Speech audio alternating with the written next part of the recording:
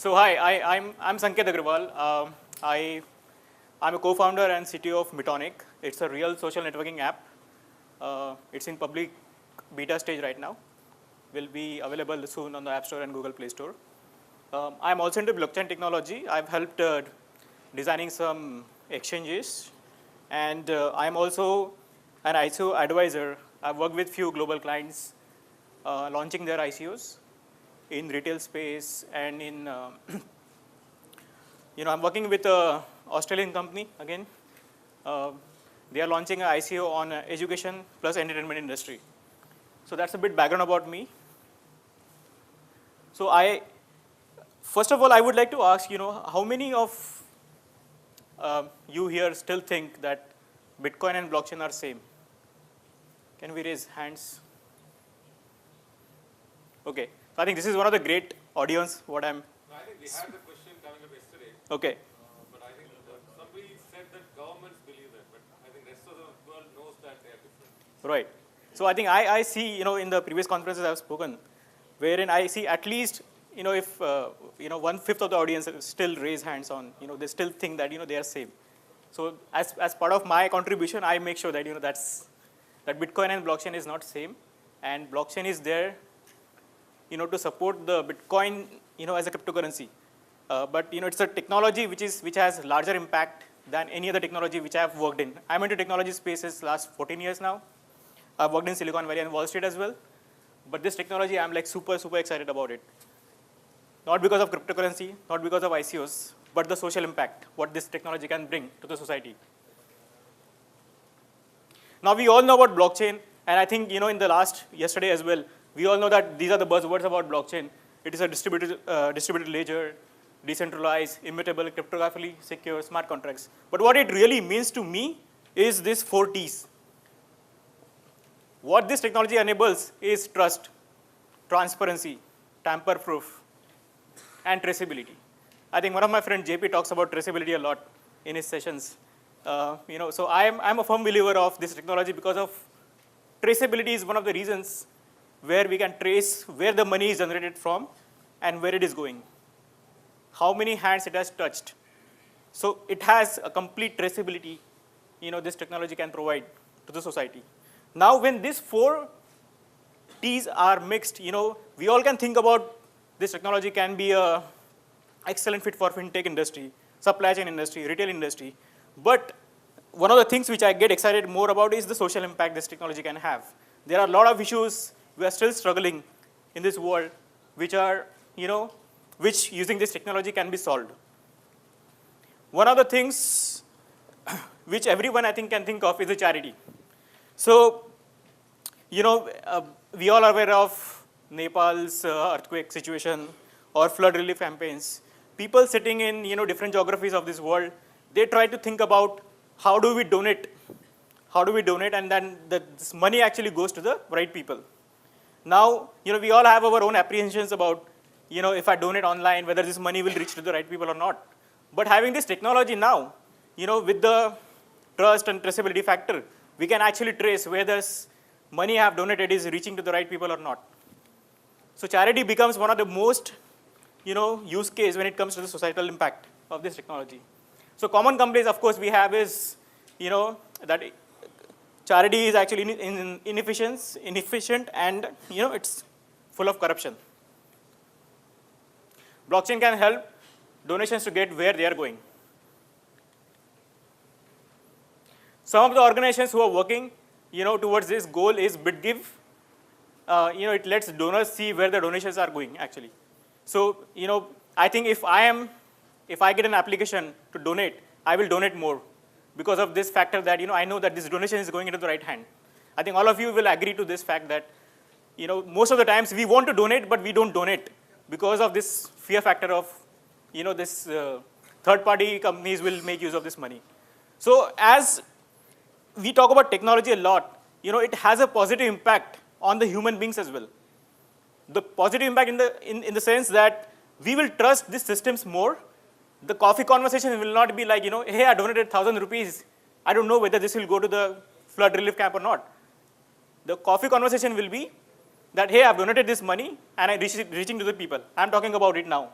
So the positive side conversations has a huge impact than what we all see on the apps and the technology, what can bring. So, we all talk about, and I think my friend from Tensorium talked about, are we using some applications or not? So I've come across a use case wherein in May 2017, Syrian refugee camp in Arzaq in Jordan has actually used blockchain technology for donating food vouchers. So this is a practical example. This is happening like in 2017. 2018, we're going to see many use cases. Okay, the next use case, of course, voting.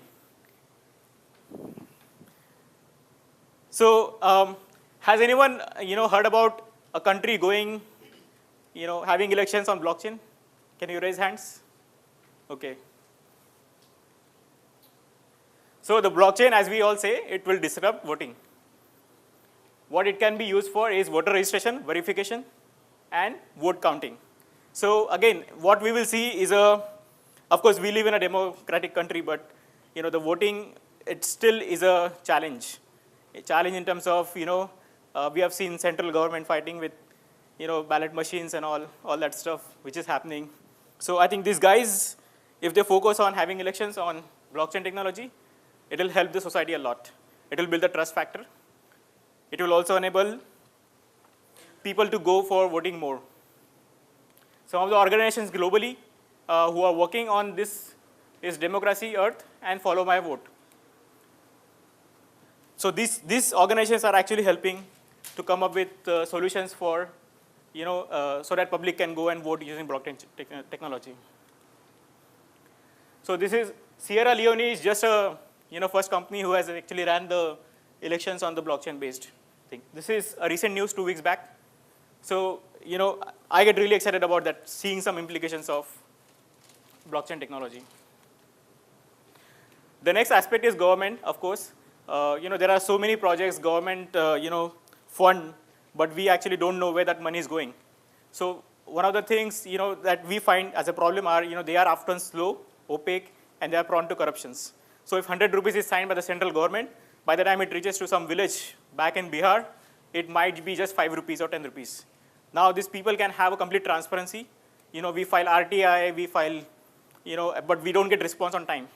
So there is an option of, if we use this technology extensively, we can trace the money from right from it is sanctioned to where it is going, what kind of projects are getting implemented. So again, it helps in reducing the bureaucracy and increase security, efficiency, and transparency of government operations. So I was speaking at Dubai conference, and then one of the talks of Dubai government officials was they claimed themselves as that every e-government projects of Dubai will be on blockchain by 2020. That's a very bold statement by any of the government officials by a country. And one of the other organizations who are working on this is Consensus. So if people want to just Google about them, their work and all, they can refer it. Public systems. Again, it's kind of a mixed use case with government and public systems, wherein again we see that public system suffers from slowness and bureaucracy, wherein blockchain can be a stepping stone in terms of resolving those issues.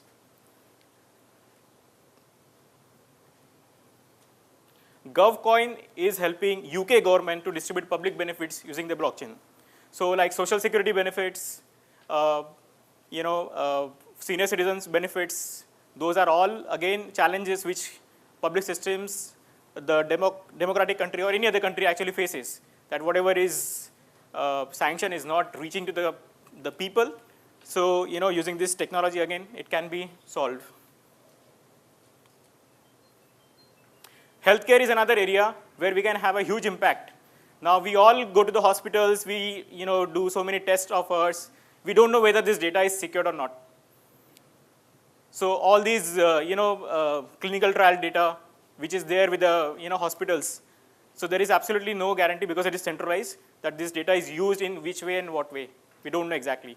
So how do we secure that? So blockchain can be a stepping stone again in storing and sharing the sensitive data. So it can help hospitals safely store medical records, and share them with authorized doctors or patients only. So as part of this social impact, again, identity management becomes one of the biggest use case which blockchain is going to solve. So as we all know, 1.4 billion people still in our world are not having any kind of identity. So no driving license, no passport, not even a single form of, wherein that document can verify an individual. So it's like 1/6 of every, sixth person every, in this world is not having an identity.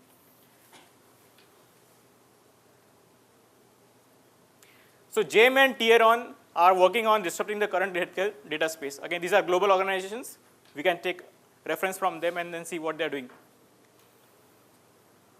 So before I go to this slide, I would like to open and ask, what are the other use cases we can think, as a group here, those can be implemented, which will have an impact on society. Can we think of some use cases before I go to the next slides? Can there be e-education kind of thing? Right. I'm actually working on an education and entertainment combination of both with an Australian company right now. So there is a use case out there to make sure that right education is given to the right people, and it is reviewed by the experts. So with the abundance of data what we have right now, we are making sure that our kids are getting the right kind of education through, they're accessing right videos, they're going through that. So there is a use case out there in the education sector, definitely. Any other use cases which we can? So this is a question more than so let's say this is primarily for tree plantation and protection of trees. So for instance, with Google, you have a layer of where vegetation is available. It can be traced. Right. Now, once that is done, can that information be put on blockchain?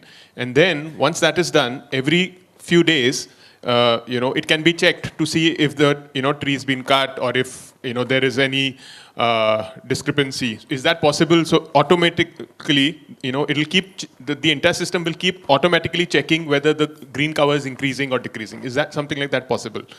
And confirming. Right. So I think this is.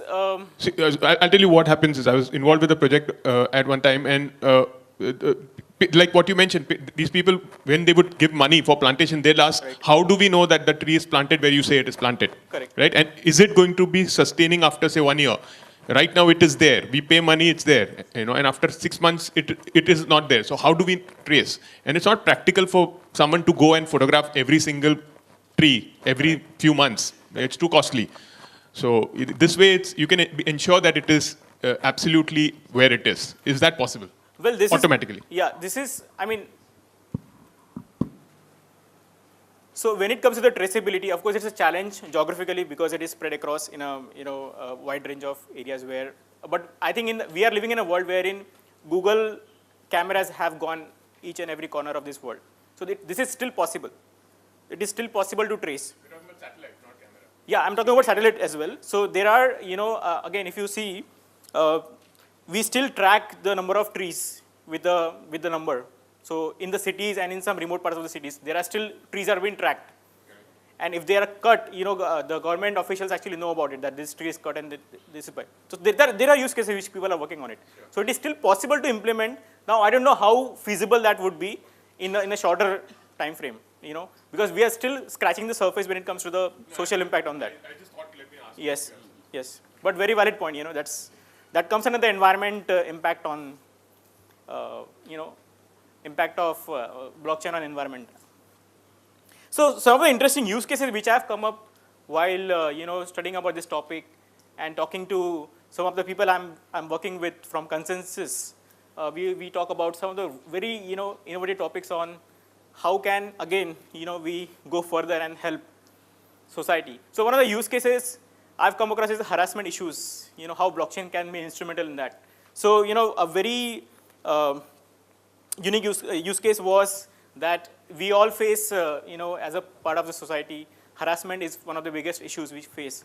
So an organization in USA is working on a concept wherein they are writing a smart contract which will determine if someone actually raises a harassment complaint, and if if the same person is reported by multiple people in a decentralized manner, the smart contracts enable them to interact with each other, like those who are the sufferers by this person, and then opens a channel so that they all can interact anonymously and can help. So this is again still in the early stages, but again there is a use case out there which people are working on it. Ananas Foundation is actually utilizing another use case, very interesting, is utilizing blockchain technology to fight societal stigmas around ideologies. So what they have done, they have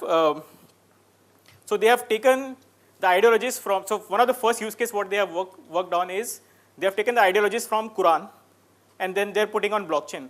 So they are making sure that all these ideologies are getting, that people are getting aware of these ideologies through a blockchain technology.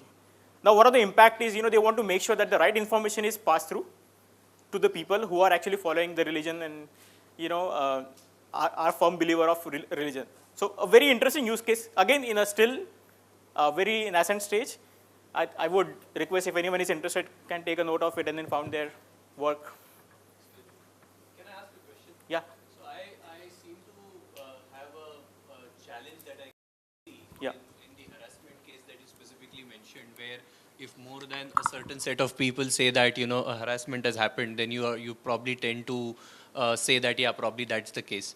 Now, what can happen is people could probably gang up and artificially do this. Correct. Another reason I think that is relevant is in today's newspaper, there was an article about the Parent Teachers Association, wherein school fees are hiked in an indiscriminate manner by managements. Right. And Maharashtra government today, it's in today's newspaper, they said that what happens in these right now is that these complaints can be raised by somebody who is a part of the Parent Teachers Association. Right. And what managements have been doing is keeping people in these Parent Teachers Association such that they are likely to vote in favor of management. Right. So I think it is another example where a Exactly. majority problem, just because it's decentralized and you say that 51 out of 100 say that it's true, it could actually be used to gang up and then create a favorable opinion. What's your thought on that? So just to correct on that, the harassment issues thing, the smart contract is actually, they are still working on it. They have not finalized and it is not live yet. It is still in a very early stage. But what they are working on is the smart contract will enable the communication channel between the people who have actually faced this harassment. So they can actually collaborate together and then can form some request to file it. So what they see is sometimes, let's say you have faced an harassment by someone, you try to ignore it, or because you feel that okay, I am alone here, I will not be able to fight with the person. So the discovery part here actually helps, wherein if you feel that okay, there are 3 other people who have actually suffered, then you form a group, and then again we all have studied with that a short story wherein a single stick is easy to break and a group of sticks are not easy to break, like on that lines. So it actually helps. It actually helps in forming a group and then fighting for that harassment.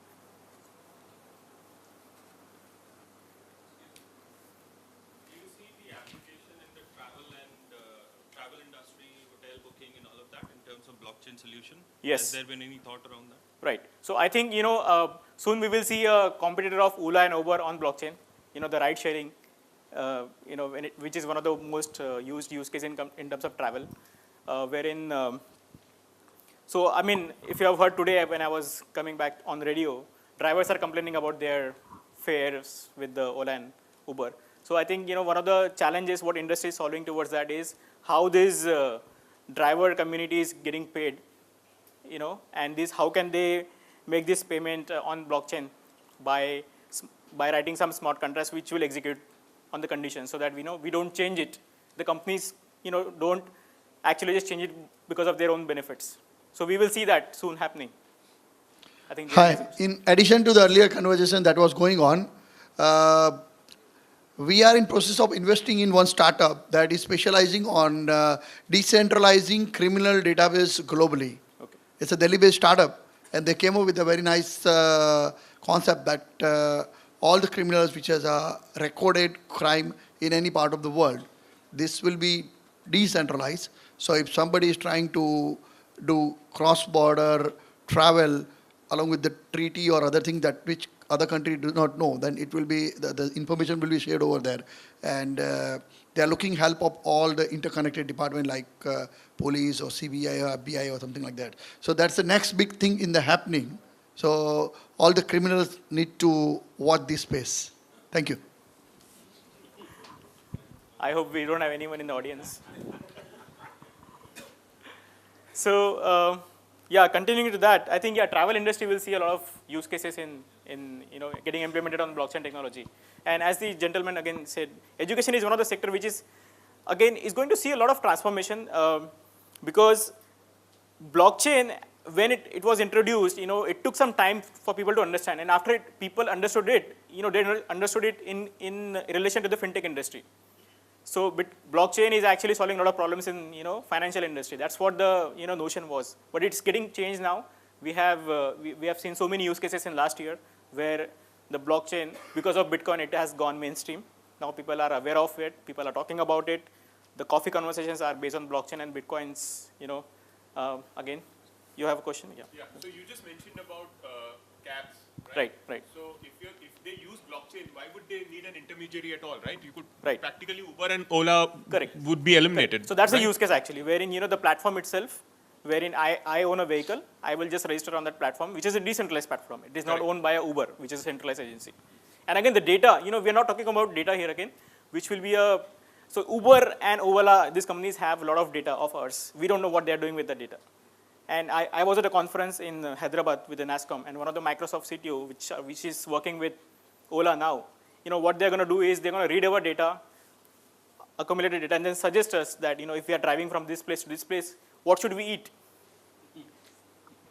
Right? So this is one of the privacy concerns which I also have, like, how much data we are sharing and what companies are doing with the data.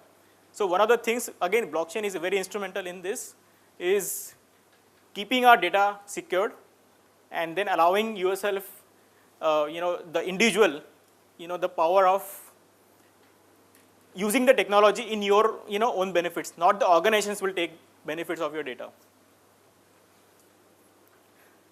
So when it comes to the societal, social impact of blockchain, one of the organizations who is very actively working on is Blockchain for Social Impact Coalition.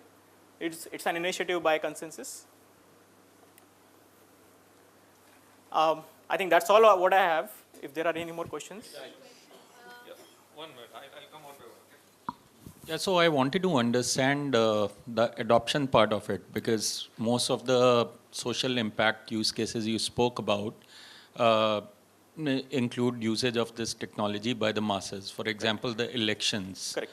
Right? And I just can't imagine that how an entire country adopted this technology and voted using blockchain. So what was done to make it simple for the layman to exercise their votes using blockchain? I think so. One of the key factors with that country was the population over there. It was not more than 1.3 million or so. So there are challenges in terms of how much data we are also serving. A country like India, China, when there are more people, the adoption becomes more problem in terms of, again, getting the approvals also.